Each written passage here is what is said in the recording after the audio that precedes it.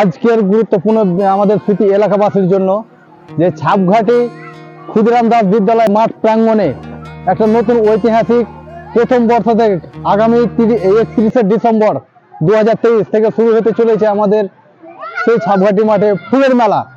সেই ফুলের মেলাতে আমাদের সবাইকে আহ্বান জানাচ্ছি এবং দেখার জন্য অনুরোধ জানাচ্ছি। ঠিক আছে, এই যে সামনে দেখতে পাচ্ছি একটা প্রবেশ পথ, সামনে প্রবেশ পথ, এই সামনে হচ্ছে বাহির পথ। হ্যাঁ, আস্তে আস্তে আস্তে আস্তে এই সামনে হচ্ছে বাহির পথ। আমরা চাই সকল এলাকাবাসীকে জন্য যে সকল সুস্থভাবে যেন আমাদের সেই ফুলের মেলাটা আনন্দ উপভোগ করতে পারি। সেই জন্য আরো বাচ্চাদের জন্য বিশেষ কিছু সাংস্কৃতিক অনুষ্ঠান রয়েছে সে আমাদের মঞ্চে।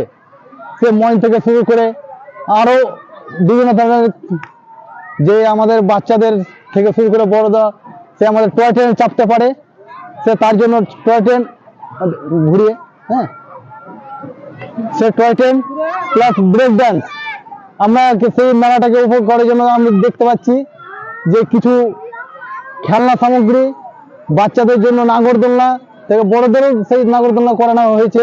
সে আমরা দেখাবো ক্যামেরাম্যানকে। সে কেমন এগিয়ে ঘুরো প্রায় এখন প্রায় মেলা বসার মধ্যেই সে আগামী 31 তারিখ অর্থাৎ আগামীকাল থেকে শুরু হতে চলেছে আমাদের পুষ্প প্রদর্শনী মেলা। যে ছাপঘাটি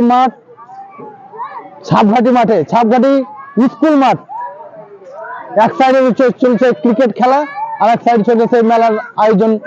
সেই আয়োজন আমরা সবাই উপভোগ করি। সেই এলাকাবাসীকে এসেই জানাই যে আমরা খুব সুস্থভাবে এবং সবলভাবে সেই মেলাটা যেন আমরা আনন্দ উপভোগ করতে পারি, সেটা আহ্বান জানিয়ে আমার বক্তব্য শেষ করছি। Thank you.